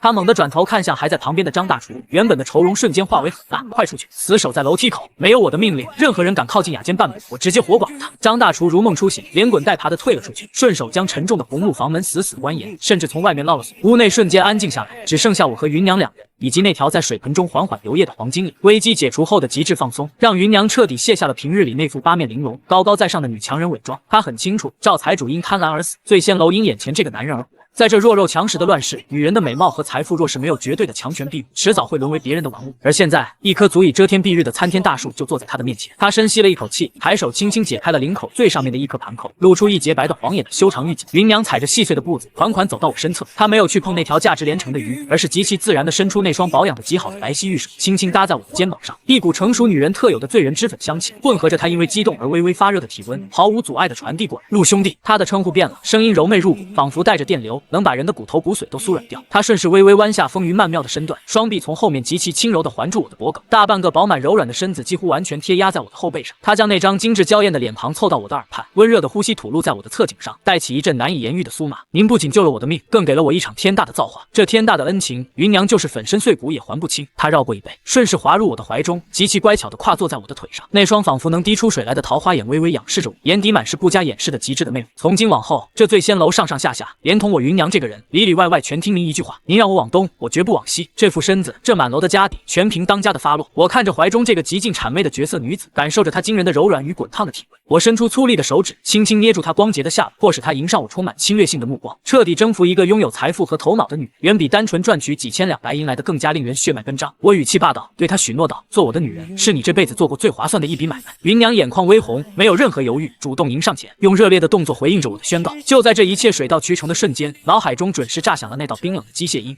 检测到宿主以绝对气运与手腕折服极品女商贾云娘，恭喜宿主成功收服高级商业附庸，家族与势力版图完成关键扩张。额外神级奖励发放，失传绝学回春针法已自动融会贯通。拥有此成就，施救时病患的潜意识信任度将达到满。伴随着系统提示的落下，一股极其庞大且深奥的医理知识、任学图谱以及失真的完美肌肉记忆，如同洪流般瞬间灌入我的脑海，与我的四肢百骸彻底融合。我只需心念一动，人体所有的经络、此穴与声门便如同掌上观文般清晰明了。我单手揽紧云娘那盈盈一握的水蛇腰，感受着体内澎湃的力量和脑海中心获得的神迹，嘴角的笑意愈发狂傲。夜寇府门，狗眼看人低，夜幕下的县城犹如一片死地，唯独知府衙门前8盏巨型灯笼高悬，将高高的青石台阶照得亮如白昼。我拒绝了云娘派车护送的殷勤，单手提着那只蒙着厚重黑布的青瓷鱼缸，独自一人踏上了这象征着全县最高权力的台阶。今晚我要亲自把这条龙须黄金鲤送进去。还未等我伸手扣动那威严的兽头门环，紧闭的朱漆大门侧面，一扇偏门被人从里面极其粗暴地拉开，一个穿着青色绸缎夹袄、生着三角眼的胖管家，在一群佩戴腰刀、手持实心水火棍的精壮差役簇拥下，满脸戾气地走了出来。为首的管家借着通明的灯笼火光，极其无理地将我从头到脚扫视了一遍。为了行动方便，我依旧穿着那身洗得发白的粗布短打，脚下踩着沾满落水和泥沙的草鞋。虽然洗髓丹的改造让我体格精悍、气度如渊，但在这些常年狗眼看人低的官府恶奴眼里，这身行头就是刻在骨子里的低贱烙印，是连靠近这扇大门都不配的蝼蚁。管家的眼中瞬间闪过毫不掩饰的鄙夷与极度的厌恶，他用眼角斜视着我，语气尖酸刻薄到了极点。哪来的乡下野狗，大半夜的跑来知府衙门门前寻死，也是来讨饭的，滚去城外的乱葬岗找食吃，再敢往台阶上迈半步，今天就打断你的狗腿。面对这种见风使舵的恶奴，我内心毫无波澜，甚至连情绪都没有半分起伏。我停在台阶中央，神色淡漠地注视着那张肥腻的脸庞，语气平静的像是在下达一道不容违抗的旨意，去通报知府大人，就说能救夫人性命的龙须黄金鲤我带来了。此话一出，那胖管家先是一愣，随即像是听到了全天下最荒谬的笑话，指着我肆无忌惮地狂笑起来。他身后的那群差役也跟着发出一阵极其刺耳的哄笑，看我的眼神仿佛在看一个急于投胎的疯子。龙须黄金鲤，管家止住笑意，脸上的横肉因为轻蔑而剧烈挤压在一起，眼中爆发出狠厉的凶光。今天这太阳真是打西边出来。傍晚的时候，刚有个叫赵德贵的肥猪弄了条涂着颜料的烂草鱼来招摇撞骗，差点当场毒死诰命夫人。现在那头肥猪已经被知府大人打烂了下半身，扔进死牢等秋后问斩。你算个什么东西？一个脚底板带着泥腥味的下贱泥腿子，也敢提个破水缸跑来衙门碰瓷邀功？他猛地一挥手，脸色阴沉的快要滴出水来，毫不掩饰眼底的杀意。这2天为了夫人的病，到处都是你们这种想攀高枝想疯了的江湖骗子。老爷，我今天真是见够了！来人，把这个不知死活的刁民手脚全给我敲碎，把那个破鱼缸连同他一起扔进城外的臭水沟里喂野狗。主子一声令下，身后的6名精壮差役立刻如狼似虎地扑了起来，他们手中碗口粗的实心水火棍在半空中划出凌厉的残影，带着撕裂空气的劲风，极其狠毒的直接朝我的双腿、膝盖和天灵盖砸来。这些官差平日里鱼肉百姓、草菅人命惯了，出手全是毫不留情的杀招，在他们这群仗势欺人的走狗眼里，我这种平民老百姓的命比路边的草芥还要轻贱，随意打杀。我站在原地，看着那些呼啸而至的漫天棍影，嘴角勾起一抹冰冷彻骨的弧度。我没有退让半步，左手依然稳如磐石地提着那口沉重的青瓷鱼缸，甚至连盖在上面的黑布都没有因为劲风而掀起半分涟漪。拥有系统赋予的格斗精通和洗髓丹带来的非人怪力，这些在普通人眼里凶神恶煞的衙役，在我眼中慢的就像是刚刚学会走路的稚童。他们破绽百出的动作，甚至不需要我动用一半的实力。当先一根水火棍眼看就要砸中我的面门，我身形在原地极其诡异的微侧半分，棍尖几乎是贴着我的鼻尖堪堪掠过。就在对方招式用老，空门大开的瞬间，我右腿如同一条猛然弹射的金刚长鞭，重重抽击在那名差役的胸腹交界处，沉闷的骨骼错位感顺着脚背清晰地传导而来。那名身高近8尺、重达200斤的壮汉，甚至连惨呼都来不及发出，整个人便如同断线的残破风筝般倒飞而出，狠狠撞在衙门门前的汉白玉石狮子上，当场昏死过去，生死不知。紧接着，我化被动为主动，犹如一头冲入羊群的远古猛虎，带着极其狂暴的压迫感，直接撞入剩下5人的包围阵型之中。我不退反进，右手化拳为掌，如同利刃般精准无比地切入2人合击的棍影空隙，粗粝的手指犹如生铁铸就的铁钳一般，死死扣住其中一根木棍的末端，腰腹猛然发力，硬生生连棍带人将那名差役强行拽到身前，顺势反手一记凶悍绝伦的肘击，带着开碑裂石的力量狠狠砸在他的下巴上。那人双眼一翻，软绵绵地瘫倒在冰冷的石阶上。剩下3人彻底慌了神，他们何曾见过这种赤手空拳，甚至还单手提着重物，就能在眨眼间废掉2名持械官差的恐怖杀神？极度的恐惧让他们的动作出现了一丝极其致命的停滞和畏缩。我没有给他们任何喘息求饶的余地，身形如鬼魅般穿插游走，右拳带着雷霆万钧的力量，毫不留情地轰在他们的关节和要害处。没有多余的花哨招式，每一击都是格斗精通里最直接、最纯粹，只在瞬间剥夺敌人战斗力的杀人技。不过短短几个呼吸的时间，6名平日里耀武扬威、不可一世的差役，已经全部犹如烂泥般倒在冰冷的青石台阶上。他们捂着断裂的骨头痛苦翻滚，连站起身逃跑的力气都被彻底剥夺。整个过程行云流水，快到让人甚至来不及反应。而我左手提着的青瓷鱼缸依旧稳如泰山，连一滴水都没有溅出来。我面无表情地踏过那些倒地哀嚎的躯体，顺着台阶一步一步向上走去。那个原本气焰嚣张、颐指气使的胖管家，此刻犹如大白天见了活阎王一般死死盯着我。他脸上的横肉因为极度的恐惧而彻底僵硬，双腿如同筛糠般剧烈打摆，下意识的想要往大门里逃窜，却惊恐的发现自己根本迈不动步子，最后直接双膝一软，瘫坐在了门槛上。我停在距离他只有半步之遥的地方，居高临下的俯视着这张惨白如纸的脸，一股从尸山血海中淬炼出的冰冷杀气，混合着洗髓后犹如实质般的恐怖威压，铺天盖地的向他碾压过去，几乎要将他的心理防线彻底摧毁。我依旧保持着那副平静到极点的神色，深邃的眼眸中翻涌着令人胆寒的深渊，宛如一尊主宰生杀大权的神明。我刚才说我是来送龙须黄金里的，我俯下身盯着他的眼睛，语气轻缓却字字诛心。现在这衙门的门槛我迈得过去了吗？胖管家瘫坐在冰冷的门槛上，整个人犹如一滩烂泥，他那双浑浊的三角眼死死盯着我，嘴唇剧烈的哆嗦，却连半个求救的字眼都吐不出来。我身上散发出的冰冷杀气，彻底摧毁了他平日里仗势欺人建立起来的可怜胆魄。就在我准备直接跨过这个废物，踏入知府衙门大门的瞬间，门内深处突然传来一阵细碎却极有规矩的脚步声，紧接着那2扇平日里只为达官贵人敞开的朱漆大门，被人从内向外缓缓推开。放肆！府门重地，何人在此喧哗生事？一道清冷、威严却掩饰不住虚弱的柔美女声穿透了夜色，在台阶上方响起。听到这个声音，瘫在地上的胖管家犹如抓住了最后一根救命稻草，连滚带爬的往门内挪去，指着我凄厉的哭喊起来：“夫人，夫人救命啊！这个不知从哪冒出来的乡下暴徒，不仅打伤了咱们府上6名护院差役，还提着个破水缸，大言不惭的说要给您治病。他分明是来行刺的，您快下令调集弓弩手，把这贼人就地正法啊！”我缓缓抬起眼眸，顺着灯笼的火光望向大门正中央，只见在4名俏丽丫鬟的簇拥下，一名身披纯白狐裘大氅的少妇静静地站在台阶的最高处。这就是那位集知府万千宠爱于一身的诰命夫人。她梳着极为考究的发髻，容貌堪称绝代风华，岁月非但没有在她脸上留下痕迹，反而沉淀出一种少女绝对无法企及的成熟韵味与上位者的拥有。只是此刻，她那张本该娇艳的面容却苍白的没有一丝血色，眉宇间萦绕着一股极重的灰败死气，连站立都需要2旁的丫鬟紧紧搀扶。这副身子确实已经到了油尽灯枯的边缘。面对管家的恶毒指控和满地哀嚎的差役，我没有出声辩解，更没有露出半点惶恐。我只是单手提着那只蒙着黑布的青瓷鱼缸，身姿笔挺地站在原地，深邃平静的目光毫不避讳地直视着这位掌握着县城生杀大权的风韵少妇。辩解是弱者的专属，真正的强者从不屑于与脚下的蝼蚁争辩是非。知府夫人的目光扫过满地断骨的精壮差役，最后落在了我的身上。他久居上位，见过形形色色的三教九流，在他的认知里，一个底层的平民百姓若是打伤了官差，此刻早就该吓得跪地求饶，浑身发抖。可眼前这个穿着粗布短打的年轻男人，不仅没有半分惧色，那渊庭月质的沉稳气度，甚至比他见过的那些封疆大吏还要内敛深沉。最让他心惊的是我那双眼睛，那里面没有贪婪，没有讨好，只有一种将生死看淡、掌控全局的极度自信。哪怕面对着知府衙门的巍峨高墙，他依然像是一座无法撼动的孤峰。你说你带来了龙须黄金里？知府夫人没有理会脚下哭喊的管家，而是看着我的眼睛，声音极其清冷地问道：“是。”我惜字如金，语气不卑不亢：“夫人，您千万别信这刁民的鬼话。”胖管家急得直磕头，恶狠狠地指着我：“傍晚赵德贵那个老匹夫刚用毒语险些害了您的性命，这泥腿子绝对也是一丘之貉。那黑布底下指不定藏着什么暗器毒物，夫人千金之躯，绝不能再冒这个险啊！”这管家的话确实戳中了要害。有了赵财主献毒鱼的前车之鉴，任何人遇到这种主动上门献宝的陌生人，都会升起12分的戒备。更何况我还是以极其暴力的手段强闯大门。周围的丫鬟们也露出惊恐的神色，纷纷劝说夫人退回内院暂避。我冷笑一声，刚准备转身离去，我陆安手里握着真命底牌，既然这衙门的人有眼无珠，那我大可以等这位夫人彻底咽气，知府悬赏全城的时候再来收割更大的利益。我的东西绝对不容许别人像挑拣白菜一样质疑。就在我脚步微动的瞬间，台阶上的知府夫人突然推开了丫鬟的搀扶，住口！她极其疲惫却威严地呵斥了那个胖管家，随后再次将目光锁定在我的身上。这一次，她那双原本暗淡的眼眸中，竟然闪烁出一种极其果断的魄力与欣赏。赵德贵是个利欲熏心的蠢材，他眼中有贪，所以行事猥琐。知府夫人深吸了一口气，苍白的脸上浮现出一抹罕见的决绝。但这位公子不同，他的眼睛里没有哪怕一丝一毫对权势的谄媚。一个能赤手空拳在一瞬间击溃6名配刀护院的人，若真要取我性命，根本不需要如此大费周章。他力排众议，当着所有下人的面，向着我极其郑重的微微颔首，做了一个请的手势。我这副残躯本就撑不过今晚，既然公子敢孤身赴险敲开这府门，我便敢信公子一次。死马当活马医，这赌局我接了。知府夫人的声音虽然轻柔，却带着一股极其果决的上位者气场。她看向我的眼神里充满了毫无保留的信任。我停下脚步，重新转过身，看着这位不仅容貌绝顶，更有着如此罕见胆识与智慧的风韵少妇，我嘴角的笑意逐渐扩散。和聪明人打交道，永远是最让人感到愉悦的事情。既然他敢把命压在我的身上，我就能保他在这乱世长命百岁。夫人好魄力！我提着鱼缸，大步迈上最后几级台阶，直接越过那犹如死狗般瘫在地上的胖管家。这扇门我进去，就没人能再让我站着出来。夫人的命，阎王爷今晚收不走。我与他擦肩而过，毫不客气地踏入了这座象征着至高权力的知府内院。而这位风韵少妇看着我宽阔挺拔的背影，眼底深处悄然划过一抹极其异样的神采。随后在丫鬟的搀扶下，紧跟着我的步伐向着内堂走去。金针刺穴，化险为夷，我死人肉白骨。踏入知府内院的卧房，一股极其浓烈且苦涩的汤药味扑面而来。奢华的红木拔布床上，知府夫人双目微合，极其虚弱的斜靠在软枕上，几名贴身丫鬟战战兢兢地守在床畔，不停地用温水为她擦拭着额头渗出的冷汗。刚才在门外展现出杀伐果断的风韵少女，此刻在卸下强撑的威严后，生命力正在以肉眼可见的速度飞速流逝。我从丫鬟口中得知，知府大人由于临县发生因大旱引发的流民暴乱，连夜调集府兵前去镇压，此刻并不在府中。这无疑给了我绝佳的施展空间，免去了诸多官场上毫无意义的盘问与繁文缛节。我将那口青瓷鱼缸放在外室的紫檀木桌上，挥退了无关的下人，只留下2名最为稳妥的心腹大丫鬟伺候。我走到床前，没有任何避讳，极其自然地伸出2根手指，搭上了知府夫人那截瘦弱苍白的皓腕。指尖相触的瞬间，系统赋予我回春针法所蕴含的浩瀚衣领，犹如潮水般在脑海中自动运转。不过短短数息，我深邃的眼底便闪过一丝极其冷厉的寒芒。你们之前请来的名医说夫人是气血两亏、邪风入体引发的怪病。我收回手指，目光平静地看向站在一旁的丫鬟。那丫鬟红着眼眶连连点头，表示全城的大夫都是这般说辞，庸医误人。我冷哼一声，转身从怀里摸出随身携带的一卷银针，语气中透着绝对的掌控与笃定。夫人这不是病，而是中了极其罕见且隐秘的西域奇毒镇骨砂。此毒潜伏极深，一点点侵蚀心脉。若是今天我只把那龙须黄金里当作寻常补药熬给夫人喝下，庞大的生机瞬间催发毒性，夫人连今晚的子时都熬不过去。此话一出，床榻上的知府夫人猛地睁开双眼，2名丫鬟更是吓得脸色煞白。在这守卫森严的知府后宅之中，诰命夫人竟然被人暗中下了剧毒，这背后牵扯的阴谋与内宅斗争绝对惊心动魄。但在大夏荒年，我只在乎这等逆天改命的恩情能给我带来多少筹码，至于谁下的毒，那是知府该操心的事情。知府夫人看着我，苍白的嘴唇微微颤抖，那双极具阅历的眼眸中翻涌着震惊与后怕。她没有质疑我的诊断，刚才在府门外，她就选择将命压在我身上，此刻更是彻底相信了我的判断。陆公子，既然您能一眼看破此毒，想必已有解毒之法。夫人的声音细若游丝，却透着一股求生的渴望，妾身的性命便全交托于公子。我微微颔首，没有多余的废话，我吩咐其中1名丫鬟去外室，按照我极度精确的手法与火候，切下龙须黄金里腹部最具生机的一片金鳞和2两鱼肉，熬制成1碗浓缩的极品药汤。随后我转过身，目光清明地注视着床榻上的少妇。夫人，待会儿施针逼毒，不仅要走通背部的督脉，更要刺入胸前3大死穴，金针渡穴容不得半点衣物阻隔。得罪了。我的语气极其专业而克制，没有任何轻浮与冒犯。知府夫人脸颊上极其罕见地泛起一抹微弱的红晕，但她毕竟是见过大风大浪的奇女子，在这生死关头，她摒弃了所有的世俗礼教，极其配合地在贴身丫鬟的帮助下，褪去了外面的狐裘大长与贴身的丝绸里衣，背对着我盘膝坐直了身躯，犹如羊脂玉般细腻光洁的后背毫无保留地呈现在我眼前。只是那原本该是完美的肌肤上，此刻却隐隐透着一股触目惊心的青黑色毒气，正在疯狂地向着心脉处蔓延。我屏息凝神，心无杂念，双目瞬间变得如同鹰隼般锐利。洗髓后的强悍体质让我的双手稳如泰山。我抽出3根纤长的银针，内息运转之下，手腕猛然抖动，银针化作3道微不可察的银色闪电，极其精准地刺入他背后的灵台、至阳、命门3大主穴，入针极深，手法快到了极致。知府夫人的身体极其明显地轻颤了一下，随着银针入体，系统赋予的回春针法带着我绵长雄浑的内息，犹如一把极其霸道的利刃，直接切开了那股盘踞在他体内多年的阴寒毒气。紧接着，我的双手化作一团残影，数十根银针接连不断地落入他周身穴位，极其强烈的痛楚伴随着久违的经络疏通感同时袭来。夫人死死咬住下唇，双手紧紧抓着身下的颈背，那股西域奇毒被我用金针强行从骨髓中一点点逼出。他感到体内仿佛有一团烈火在熊熊燃烧，将原本冰冷刺骨的毒素彻底融化。这种从生死边缘被硬生生拉回来的极致拉扯感，让他的感官被放大到了极限。剧痛过后，随之而来的是一种难以言喻的酥麻与痛快感，那是一种沉疴进去、久旱逢甘霖的极其舒畅的生理反应。夫人的呼吸逐渐变得急促而火热，光洁的额头上布满细密的香汗，几丝沾湿的乌发贴在修长的天鹅颈上，在针灸带来的极其微妙的暧昧与痛快感中，她甚至无法控制地溢出几声极其细微且压抑的急促喘息，身姿显得无比诱人。但我始终双眼清明，手指如飞，宛如一尊没有感情的神明，在生与死的界限上疯狂起舞。当外室的丫鬟端着那碗散发着浓郁异香、泛着点点金光的黄金里药汤走进来时，逼毒已经到了最关键的时刻。我让夫人转过身来，面对那大片雪白的春光，我没有任何神色波动，单手极其稳当地端起药碗，将那碗汇聚了极品灵物生机的药汤亲自喂入他苍白的唇中。药汤入腹的瞬间，那股百年暗河灵气化作极其狂暴的生机，瞬间游走他的4肢百骸。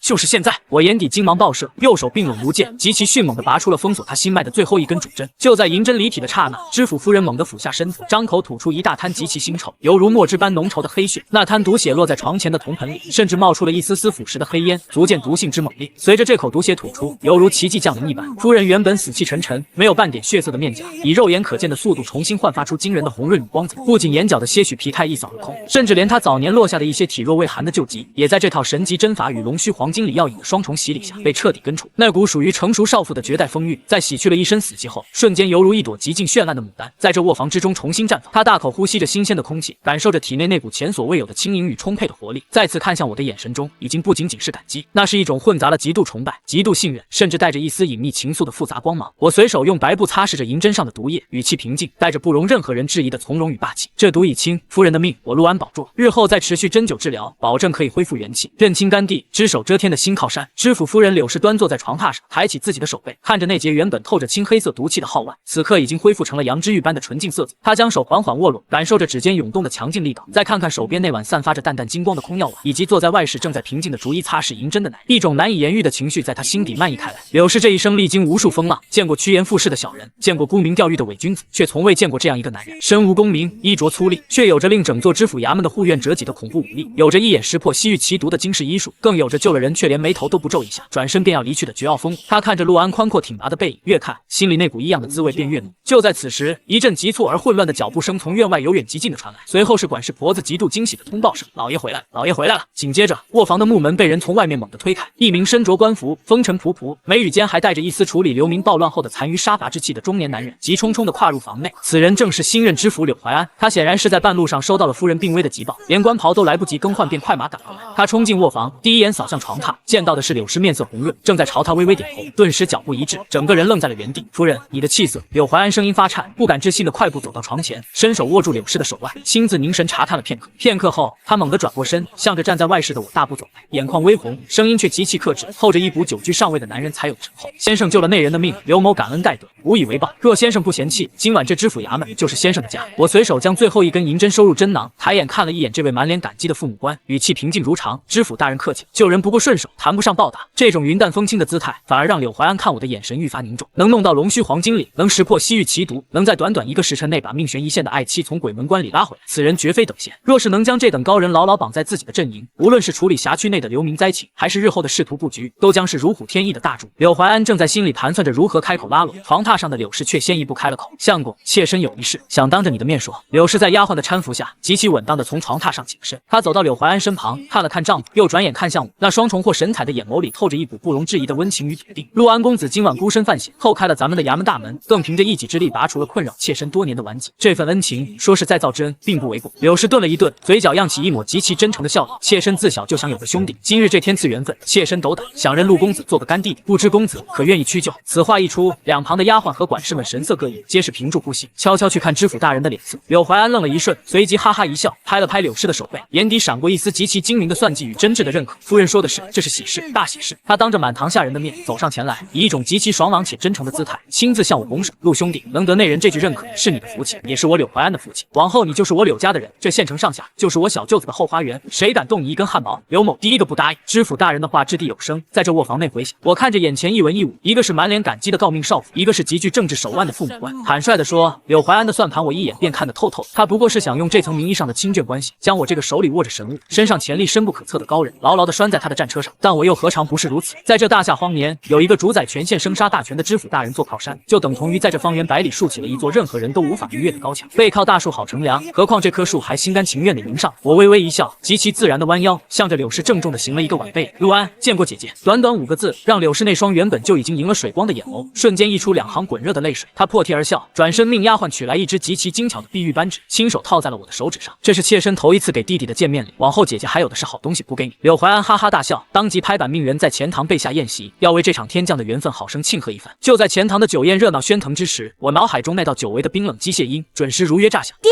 隐藏剧情完成，知府夫人的干弟弟成就解锁，在县城范围内宿主升威加20，无人干扰。叮，检测到宿主完成关键性阶级跨越，系统结算丰厚奖励，奖励发放极品锻体液1，形意全精1。满载而归，新的危机伏笔。知府衙门的宴席散去时，夜已经深了。柳怀安亲自送我到了大门外，临别时握着我的手腕，极其诚恳地说了一句话：“陆兄弟，往后这县城若有任何人胆敢动你，直接报我柳怀安的名字，不够用就拿那块腰牌。”我掂了掂手中那块刻着知府官印的黑铁腰牌，揣入怀中，拱手道别，转身下了台阶。身后那2扇威严的朱漆大门缓缓合拢，还没走出2步，一道极其狼狈的身影从门房的角落里颤抖着爬了出来，扑通一声跪倒在青石台阶下。是那个胖管家。他膝盖着地，脑袋死死磕在冰冷的石板上，声音带着极度的惶恐与讨好。陆爷，小的有眼不识泰山，冒犯了您老人家，您大人大量，饶了小的这条狗命吧。小的愿意给您做牛做马，鞍前马后伺候着。他额头上沾着泥灰，哪还有半分傍晚那副颐指气使、不可一世的嘴脸。我停下脚步，低头看了他一眼，就这么一眼，胖管家便吓得浑身剧动，头磕得愈发急促。滚！我淡淡吐出一个字，连多余的目光都懒得再施舍给他，迈步向着街道深处走去。能用一个字解决的事，不需要说第二个字。入夜的县城街道空寂无声，我踩着冷硬的青石板，脑海中将今晚的收获逐一盘点：极品锻体液强化后的肉身，形意全经的武学底蕴，知府官威加持的腰牌，以及柳氏这位极品靠山。短短1天之内，我完成了从一个落水河边的穷渔夫到知府大人名义上小舅子的惊天跨越。但我很清楚，这些远远不够。醉仙楼的灯还亮着，刚踏进后门，候在廊下的王富贵便如同见到活神仙般冲了过来，满脸的震惊与讨好交织在一起，嘴里语无伦次的嗫嚅着什么。我没理他，径直上了2楼。雅间里，芸娘坐在窗边，一根翡翠烟杆夹在指尖，却久久没有点燃。她显然已经从外面的渠道得知了今晚知府衙门发生的事，此刻正出神地凝视着窗外漆黑的夜色，神情复杂。听到脚步声，她猛地转过头，看清是我。芸娘眼底的某种东西在瞬间彻底决了堤，她放下烟杆，从椅子上起身，3两步走到我面前，扬起那张精致妩媚的脸，死死盯着我看了足足半晌。你真的做到了？她的声音极其轻，却带着一种令人动容的颤抖。一个人空着手进了知府衙门，治好了夫人的病，还带着官府的腰牌走了出来。我在桌边坐下，将那块黑铁腰牌放在桌面上，推到她面前。芸娘盯着那块腰牌看了很久，随后突然垂下头，肩膀轻轻耸动。我没有说话，等她平静下来。片刻后，芸娘抬起头，那双桃花眼红了一圈，却难得的没有半分妩媚与算计，只剩下一种极其赤裸的真实。陆安，从今往后，你说东，我芸娘绝不往西。醉仙楼的账房、货源、城中的关系网，全部向你敞开。不是因为你救了我，是因为这世上我头一次见到你这种男人。我看着他，嘴角扯出一抹浅淡的笑意，顺手将桌上的腰牌推回他面前，先替我收着，过2天用得上。芸娘没有多问，将腰牌稳稳收入怀中，坐到我身旁，极其自然地靠上我的肩膀，不再说话。这个平日里精明强悍，将整座醉仙楼玩弄于股掌之间的极品女掌柜，此刻像个彻底卸下盔甲的寻常女。就在这难得平静的片刻，脑海中突然传来一道与往常截然不同的系统提示音，语气比以往凝重了几分。